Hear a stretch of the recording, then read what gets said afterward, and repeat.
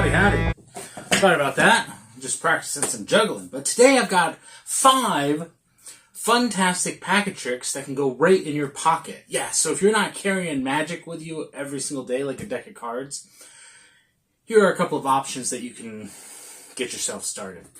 Now, before we jump into them, I just want to give you some ground rules for what we're going to be talking about today. So, here are 2 different carrying methods that you can use. Some of these packet tricks will fit right into a deck of cards. I'm not going to get into a lot of alternative methods because a lot of these will have alternative methods that you can actually use to make things a little bit easier for you. But here's what I recommend for your packet tricks. I carry 2 in here, 1 on each side. So there's 2 in here. I have a packet trick I'm going to show you right from your deck of cards. You can pull the packet right from your deck while you're doing your tricks, and then you can do a packet trick with that. And then I have 2 here.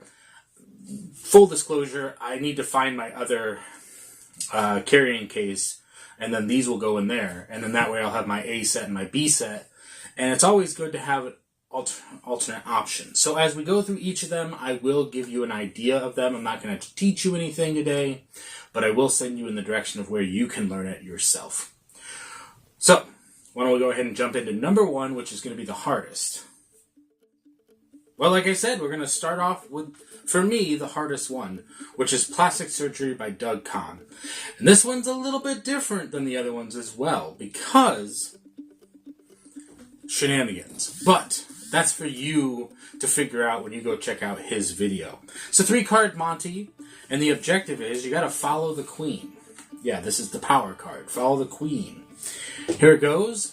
9 on top, 9 on the bottom. That way it's easy to spot. When you can see the 9s, there's 3 of them, right? That's the objective. That's really what we want you to see. We want you to see that there are 3 9s. If we want the queen to come back, we just snap our fingers and it appears right there.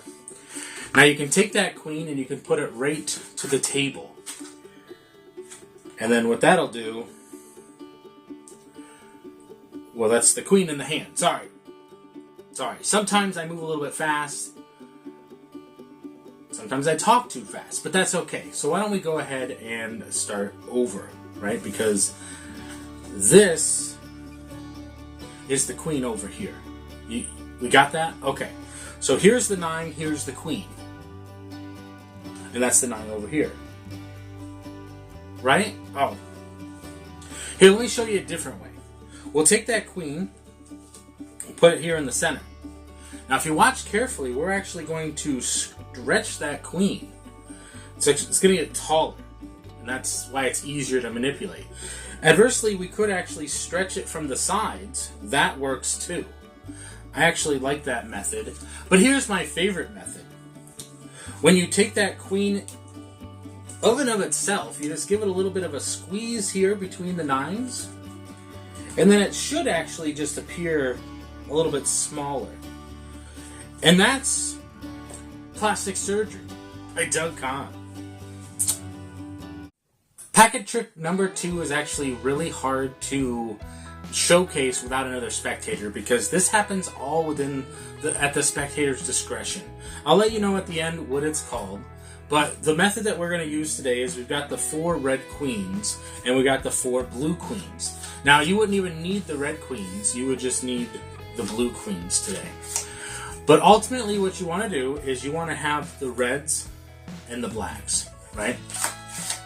And then you'll just have the spectator choose one or the other. Let's say we've got here and here. They're going to pick this side for whatever reason. That's going to eliminate 2 cards. That's the 2 black cards. Now, we're down to 50-50. This is hearts and diamonds. We'll give it a shuffle. I'm not even going to look this time. We're just going to separate the cards over here. We picked the right side last time, so we'll pick the left side this time. And I'm not going to look at it, just so you know, for a fact, that whatever this card is going to be the card that's here.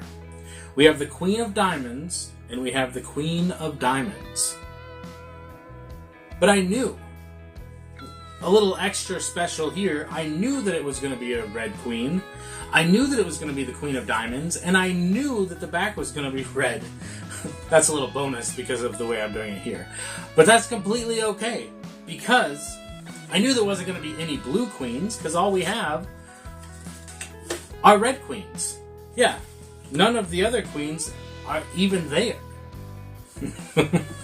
So that was Bewave by Max Maven, an absolutely fantastic mentalism packet trick that you can do. You can simply carry this, very easy to reset. I'm giving you some extra tidbits here because the method that I used is not feasible in the real world the way I did it. Chance. I had a 50-50 chance, and the way I played it off is I showed you this card first before I showed you this one. Not feasible in any sense. I mean, it was pretty magical there. I'm just going to share with you the awesomity of that moment for me when the magic happened. So I just wanted you to know, don't try that unless you're absolutely certain. So yes, Bewave by Max Maven. So for number 3, we've actually gotten into our packet carrier, and this is one of my EDC packet tricks that I really enjoy. And I haven't done this on the channel very often because it is one of my favorites and I don't really want to overdo it. And this is from my Live and in Color presentation. And I really enjoy this because it actually emulates an experiment done in the early 1900s by a man named John Bard. Now, he's not the only scientist to have conducted this experiment, but he really made what we're doing here possible. And I'll show you why. So this trick does use the 4 aces. And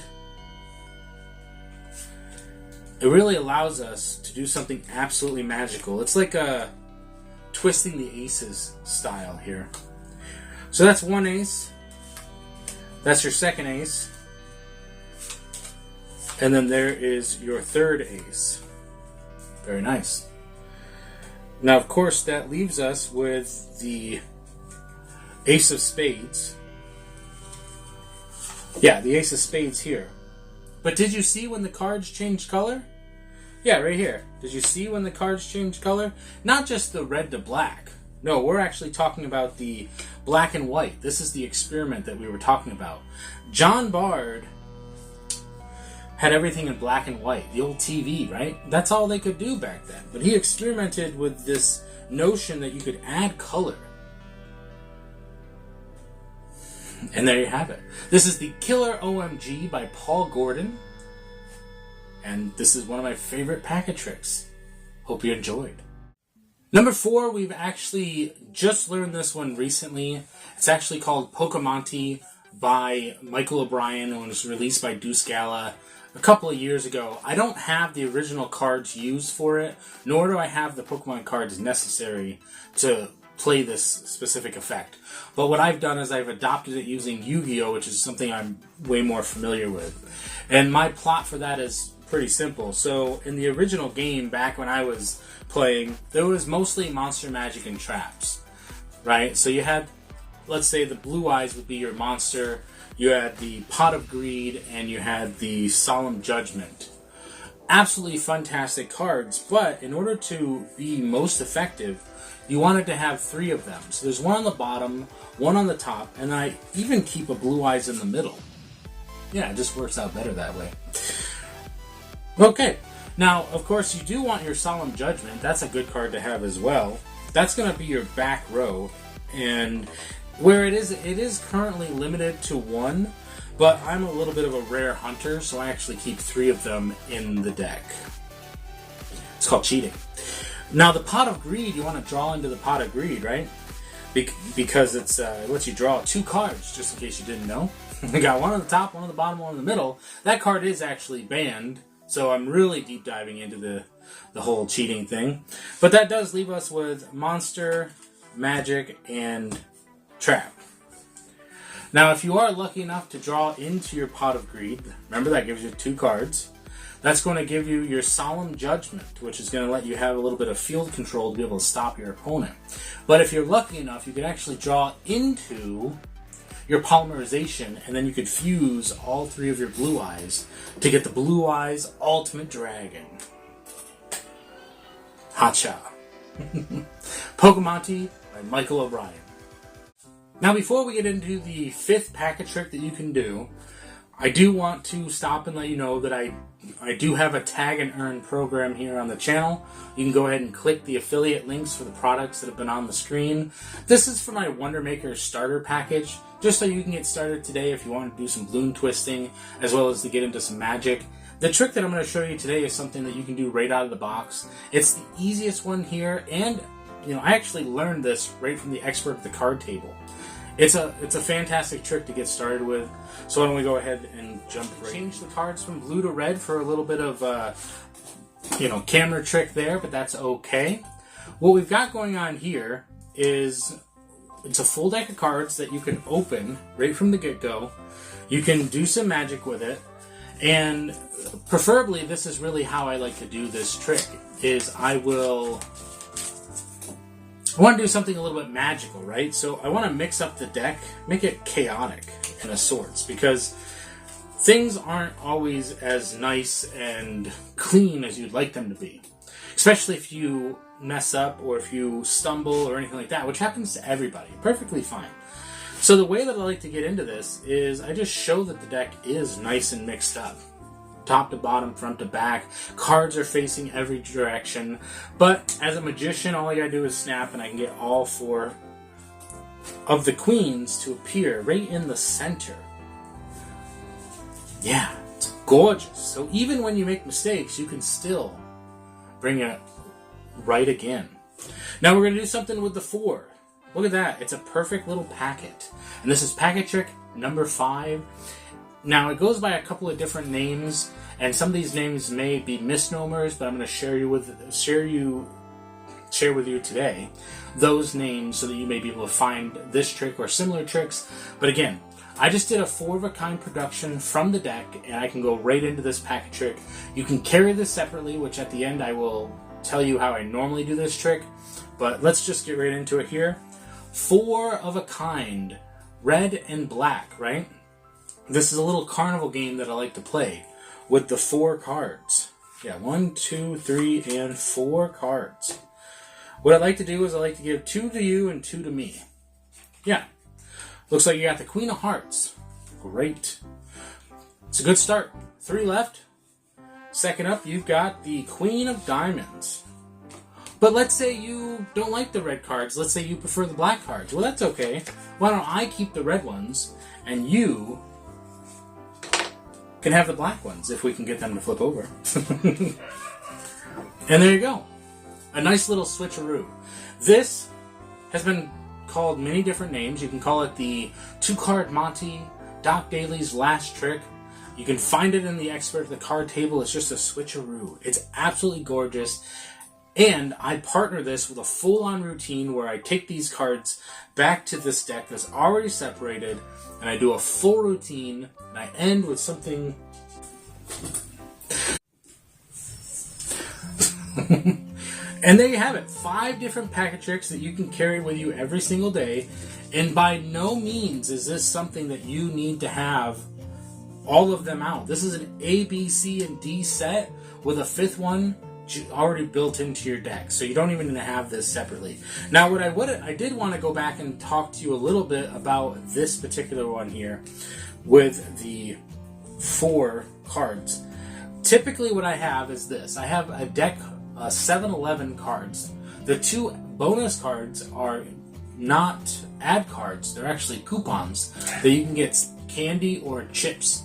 And I actually keep those with the jokers separate from the deck because I'm not going to use those 4 cards in those routines typically.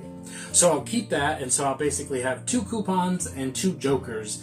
And depending on how I want to play it, if I have a heckler, I could give them the candy, but then switch them out for the jokers. And if I'm playing with somebody who, like a kid or something like that, I'll play the joke, but I'm like, oh, you know what? I'm the magician though, so I can just give you the coupons. I don't need them. So it's a great way to bring the show up or bring it down based on where you want that energy to be. And it has options. It has versatility. Depending on the crowd, if you can make those jokes, go for it. If not, you don't want to overdo it with making fun of your audience. So it is just something that I like to carry because it does give them a little bit. And if I did have extra cards, I would give the coupons out. I would let them have them because 7-Eleven, there's 3 of them in my town alone, not to mention one right down the road in the next town. So, like, they're everywhere. So, theoretically, if I could get a hold of these cards, I would just be giving out these coupons left and right. And there you have it. 5 packet tricks that you can carry in your pocket today. Hope you enjoyed. And remember, always remember, stay positive, stay active, and stay awesome. And hopefully, we see you in the next one.